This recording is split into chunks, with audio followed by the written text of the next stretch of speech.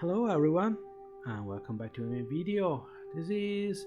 Let me show you Warhammer 40,000 Deathwatch Tyrannid Invasion. Um, as you can guess, this is just a showcase video. It's a completely standalone, not going to make other videos about this game, but since I'm trying to cover as many Warhammer Fantasy and 40k games as I can, I had this in my library and I thought, well, why not? This game is actually a part of a mobile game, of an iOS game. I think it's fun if you take it for what it is, and most importantly if you can get it at a discount price, because if I remember correctly, at least when I bought it on sale, but when I bought it, the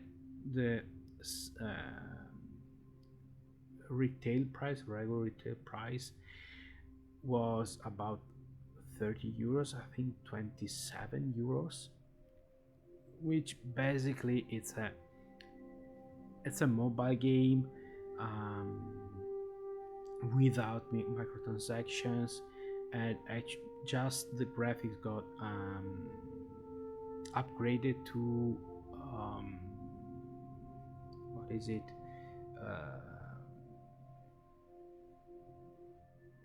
no Unity, but okay, I don't know what physics engine. Anyway, long story short, it had a lot of promise, showed a lot of promise. It came out, I think, in 2015, and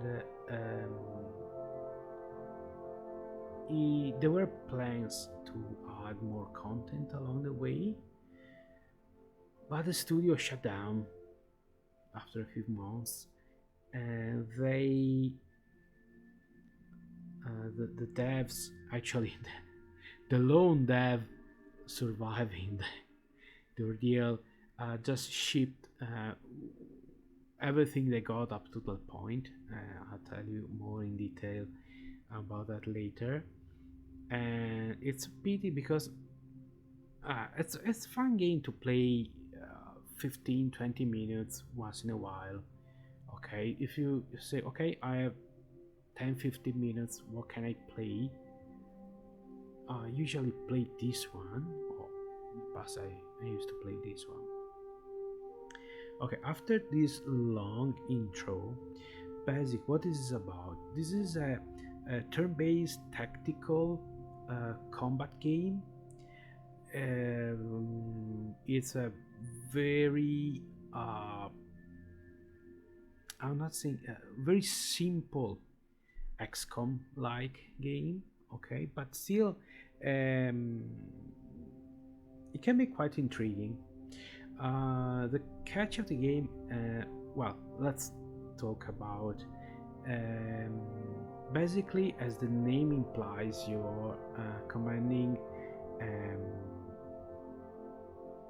some space marines of the Deathwatch chapter, which is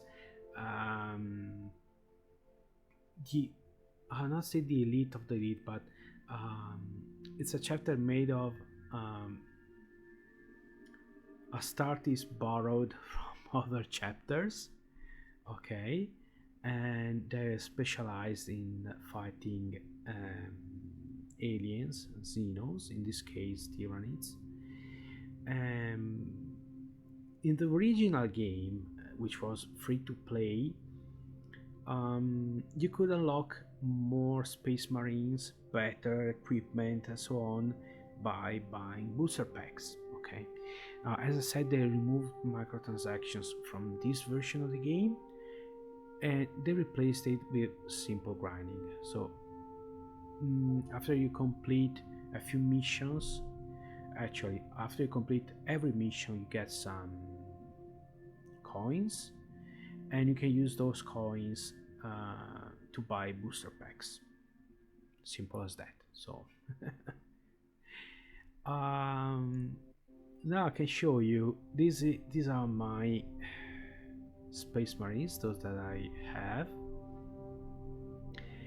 They come from the 3 different specializations: tactical, which are all around, devastator, which are heavy firepower, and assault with the cross, which are melee combat. In the base game, they came from 3 chapters: Ultramarines, Blood Angels, and Space Wolves. And they plan to add Marines from other chapters. As you can see here, I have a Dark Angel, an Imperial Fist, I think a bunch of Black Templars, and I think there's another Black Templar. This is another Dark Angel. I think there are a couple of very elusive ones from, I don't think he was second founding chapters, but as you complete missions, the surviving Marines get experience based on the mission itself and how many Tyranids they killed, and you can spend those XP to get better skills or to level up. Okay. Also, Space Marines come from 4 different rarity. You have the common ones, then you have the uncommon ones.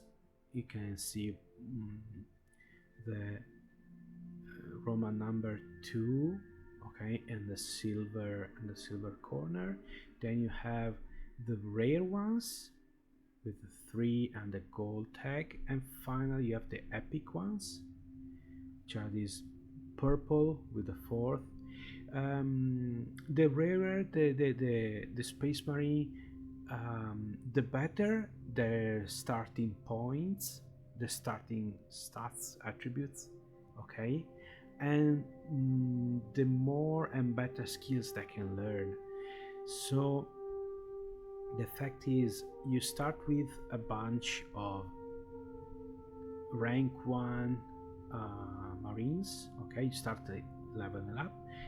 At some point during the campaign, which basically is just it's a bunch of missions, I think they're over 30, I'm not going to be 32, 36 or 40, and it's divided in chapters. Every chapter has 4 missions.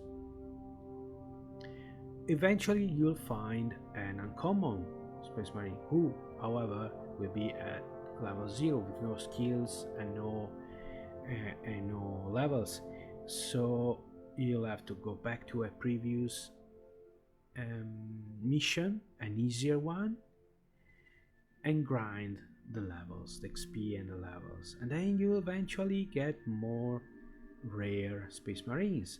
Then eventually you get some rare ones, tier 3 or epic tier 4, and it's basically go back step 1. There are a few missions that are designed as a grind fest, just so that you can level up your Space Marines. So if you're playing for the campaign, if you're playing for the challenge,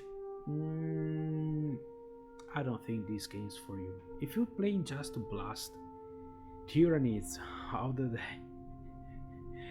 the planet and see your favorite Space Marines getting better and better and more powerful, or you want to test that mean plasma rifle or plasma, some weapons are really mean, yeah, I can recommend that game with the premise or caveat that look for it on sale. if you can get it for €6, €7, something like that, you can think about it. More than that, I pass.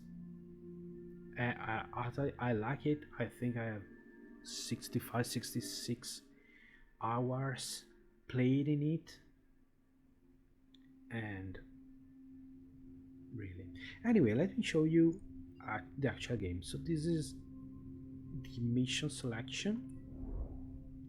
Let's start with the easier, with the first one, okay, just to show you how it is. There are three difficulty settings. These difficulty settings work basically like in games like Diablo. Okay, they're meant to make opponents not smarter but stronger. Okay, the idea is when you finish the campaign on normal, you restart it with your best marines at veteran, and then you do it again on heroic. Okay, it's not a matter of just the AI being smarter, just the Thermagons go from having 40 hit points to having 240 on veteran. Picking numbers are random, but that's the idea. And in fact, in order to unlock a difficulty setting past normal, so veteran or heroic, you have to complete the mission on the previous one. Let's pick normal. These are my best marines, but you can also change them. Let's see.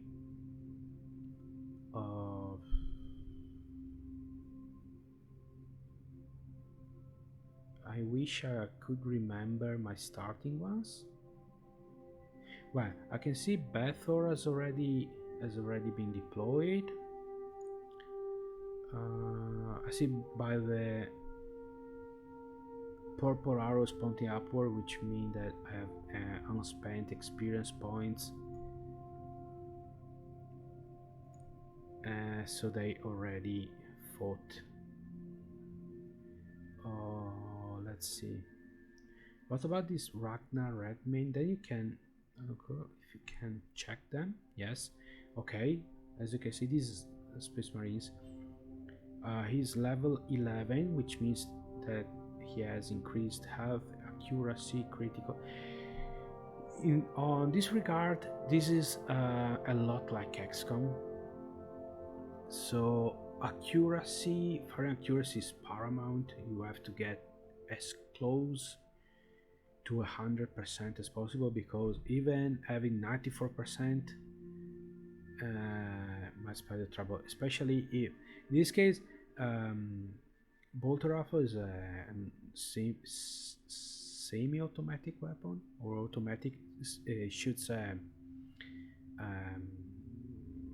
what's called a salvo, so even if you don't get a very high accuracy, some bullets will hit the target, and a couple bullets usually is enough to terminate a smaller enemy. Then there are traits, abilities. Okay, these unlocked. War gear you can equip with iron halos, grenades, and other stuff. Also, at the higher tiers you can unlock specific roles. So for instance, you can get apothecaries. They considered to be assault Space Marines, and both Ultramarines and Blood Angels have apothecaries. Then you can, for instance, the top tactical marine for the Ultramarines is a Tyrannic War Veteran. The Blood Angels assault marine is Sanguinary Guard. Okay, and so on. I think Joran or Courage Courage. Yeah, he has already been with us. I think another tactical would be nice. Magnus. Yeah, 16. Magnus is one of my starting ones. Obviously, the fact is that when you get better marines of higher tiers, there's no point in keeping. Oh, better. You can keep them just for collection, but there's no point in using them. Kill team. The biomass pools in this chamber must be contaminated with the atrophying agent. Begin the process by pouring the flasks into the pools. Expect heavy resistance. Okay. All the briefings and debriefings are voiced, which is not bad. Okay, this is basically the map. It's very simple. And you can move it. You can see the squares marked with the skull, the spawning points of the enemies. And for instance, in this case, there shouldn't be any enemy already deployed. They're going to spawn every turn on the squares. Essentially, they're coming from these holes. Okay. The Marines have curved health bar, as you can see, and some white dots. White dots are the action points. Most of them have 4.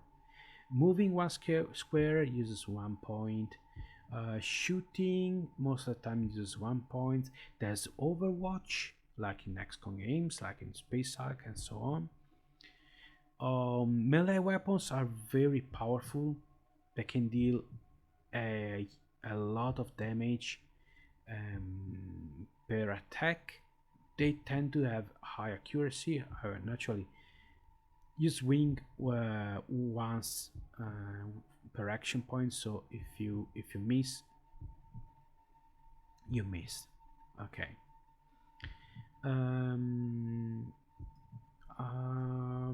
Pretty sure you can change the. Oh, there it is. You can rotate the map. I'm pretty sure you can also. Where is it?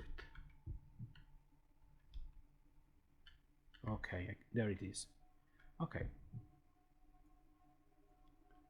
Okay, it's not always a good thing.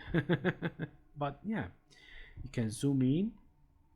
The models are one worry about the models. The models are actually scans of the actual miniatures. And not only that, they are actual miniatures that are made with existing bits. So you could actually replicate your favorite Deathwatch Marines in the game. This is notable, especially with the higher tier ones, such as the Sanguinary Guard that I showed you, the Tyrannic War Veteran. I checked they're basically a perfect match with the existing miniature. Also, the style is the same, so they have very large heads, immense pauldrons, very long arms, but it's part of the charm, I suppose. Okay, so let's get moving. Now the mission here is we have to I don't recall if we have to get to the end. I think we have to get to the end and pour no, I remember. Sorry, scrap that. We have to pour something into each hole. Was it like that? Yeah, poison the biomass pools. So scrap that about the icon where the spawning point. In this case, it might be, but yeah. Oh, look here. Okay, courage. He's going to shoot with his bolt gun. Once again. Perfect. So, moving efficiently, and okay, here we have a termagant. The bolter is so satisfying. Okay, we have our heavy weapon dudes, our devastators.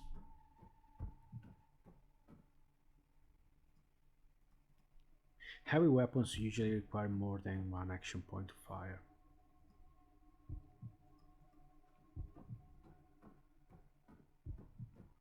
Oops.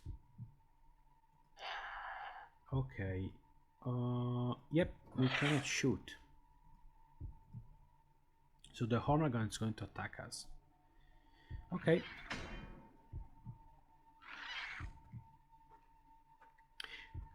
Now, an action that I didn't take is the Overwatch animation. However, it requires 2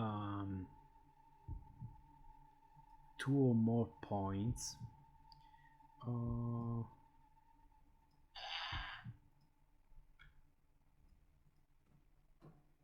Okay, there's somebody there. Let's see if I go here with the heavy bolter. Can I shoot at it? Yes. Heavy bolter incoming. Okay, that was satisfying.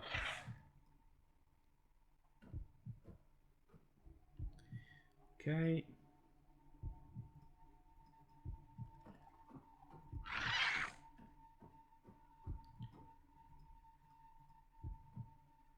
I'll have Magnus. Yes. Well, there are a few things that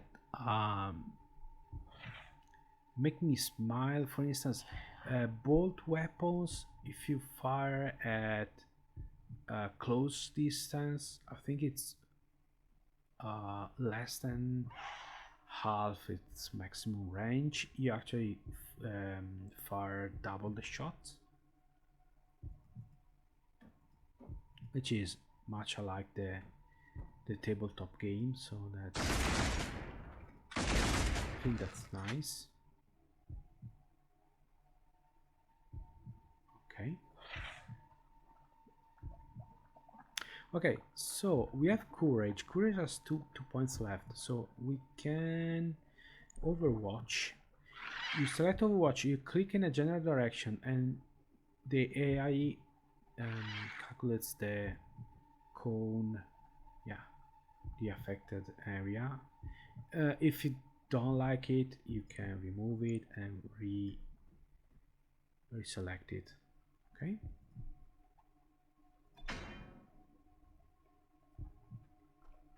And basically this is the game. There are different kind of missions. You are far from Outramar, brother. Does this place not offend your senses? In what way, Space Wolf?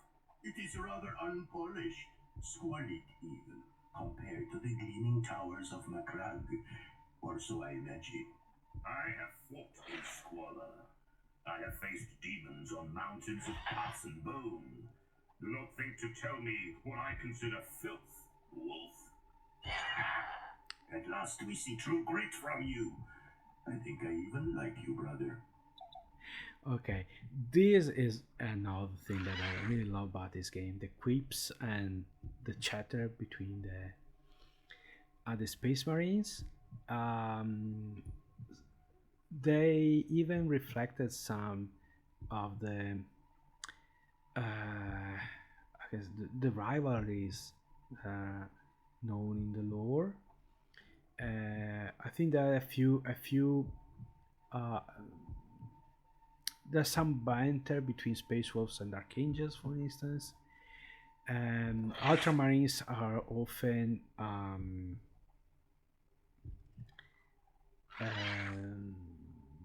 such in this case, they're often picked on about being strict to the Codex Astartes and stuff like that. That is really nice. Everything is voiced, as you can see. Voice acting is decent. I was talking about the missions, right? There are different kinds of missions. Most of them are like this one. So you have an objective, you have to reach a certain point of the map and do something. Other are you have to survive a set number of turns against a constant stream of enemies. More rarely you have to kill a specific enemy. Usually it's something very big. I think one of the last mission you have to kill not one but two hive tyrants, and those missions actually are very I'm not saying challenging, but require you to think for a moment. And yes, if you manage to complete them without losing Marines, you actually give yourself a pat on the back for a job well done, because it's not so it's not a given, okay, that you manage to, even on normal, that you manage to finish a mission without suffering losses. Talk about losses. The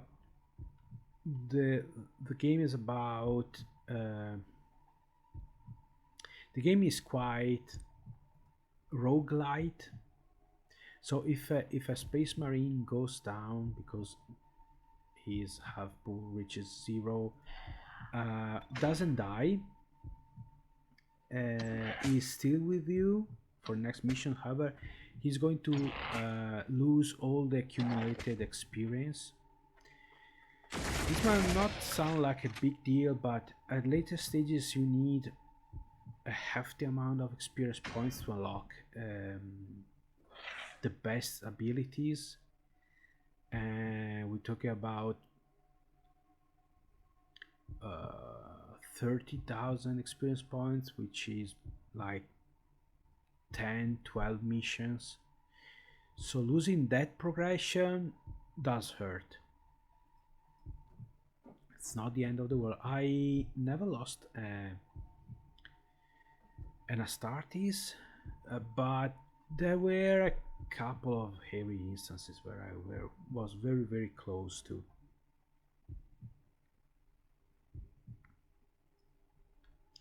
There's RNG, obviously. I don't think it's punitive though.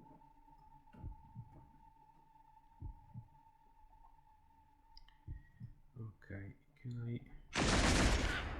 Okay. I mean, after playing Darkest Dungeon or the original XCOMs, not the original, the remakes, I'm pretty sure you're ready for everything. Oh, we can toss a grenade. What grenade is that? I don't know. Ah, good. It's a good grenade.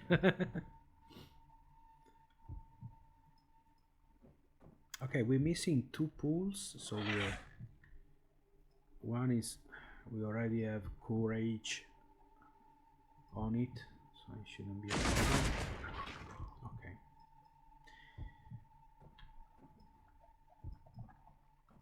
But yeah, it's not a big deal. Okay, that's better. Okay, but it's enjoyable. Okay, missions are quick.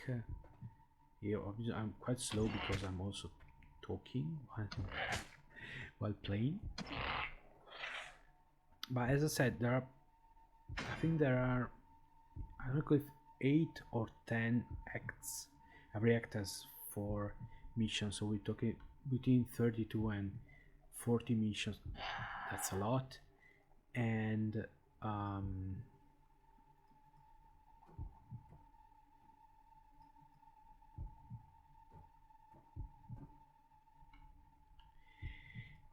they're quite as I said, you can pinpoint a laser shot. There are different kinds of missions. I think the most boring ones are the defensive missions, the survival missions, mostly because the best strategy is to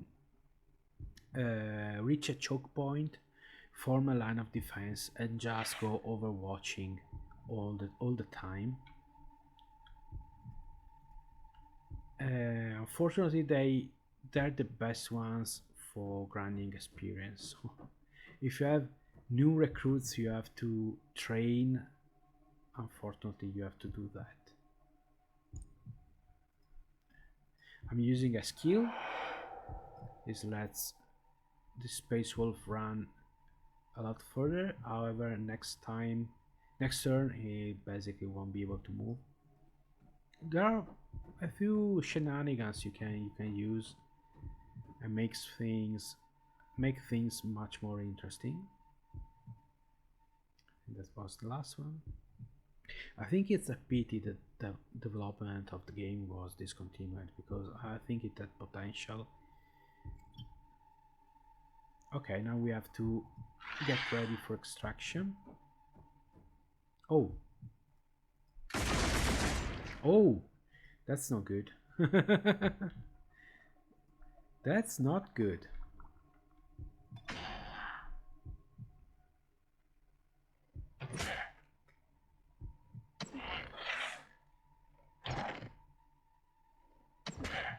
You can also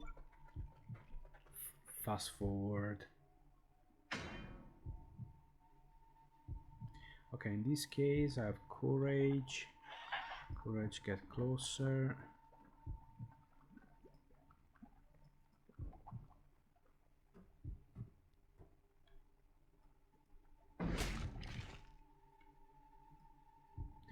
For instance, in this mission, it's not like I said before, I was obviously confused. There's a set number of enemies, so once we destroy all of them, we are free to go as we please. Right now, Redmayne, as I said before, cannot act because he used that skill I mentioned before. But I don't think he's in any danger. In other missions, such as survival ones, they keep spawning on and on and on and on.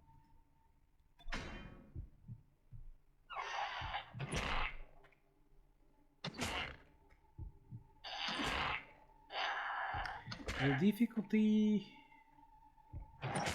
well, it does ramp up as you go as you complete missions, but I never find myself in need of actual grinding to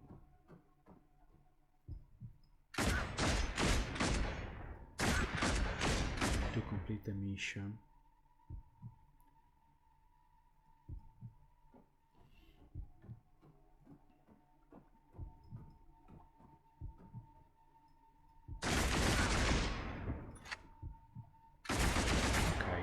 Oh, there's another one. Let's do this then.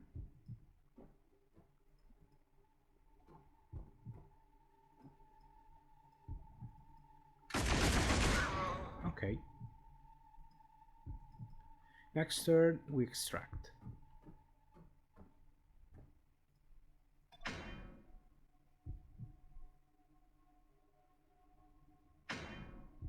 There it is.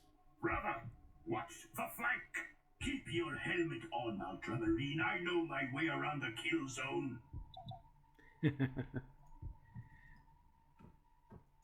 There are many little touches like this. I said it's a pity.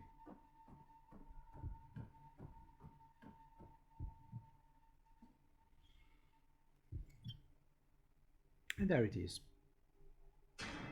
Now also another thing, missions of the same act are tied together. So for instance, the first act, which is this one, basically the Marines board a hive ship. Basically in the first mission they poison the biomass pools. In the second, I think they have to defend, waiting for extraction, and it goes. They're tied. There's like a small story behind them, so it's not bad. Okay, we have been rewarded with 20 points that can be spent for booster pack, and also, wow, a heavy bolter, a rare heavy bolter, Sight of Ultramar, which is very good. I have the feeling that if you don't play the game for a while, the first time you play or the first few missions complete, you get better rewards than what you get normally. I have this feeling. Anyway, this is it basically. To recap, it's simple. Okay, it's not a big deal. I think it's fun. It's not totally boring. Okay, but you have to know what to expect. Okay, it's not a big thing. Okay, my advice is if you like this kind of games, if you're into Warhammer 40k and especially Deathwatch Astartes in general, think about it, but don't spend too much. Wait for it to be. Usually this is on sale at every Steam sale. Okay, yeah, it's fun. Just one thing, I'm playing on my older laptop. It's a 2020 model, 2019, 2020. My newest one had some issues loading the game. It kept on crashing. I didn't investigate any further. So if you have new hardware like RTX video cards or 11th or 12th generation iCore Intel CPUs, stuff like that, it might happen that you cannot load the game, keeps on crashing, and in that case you might think of refunding it. Up to you. Anyway, that was it. This is Warhammer 40,000 Deathwatch Tyranid Invasion, and that's all.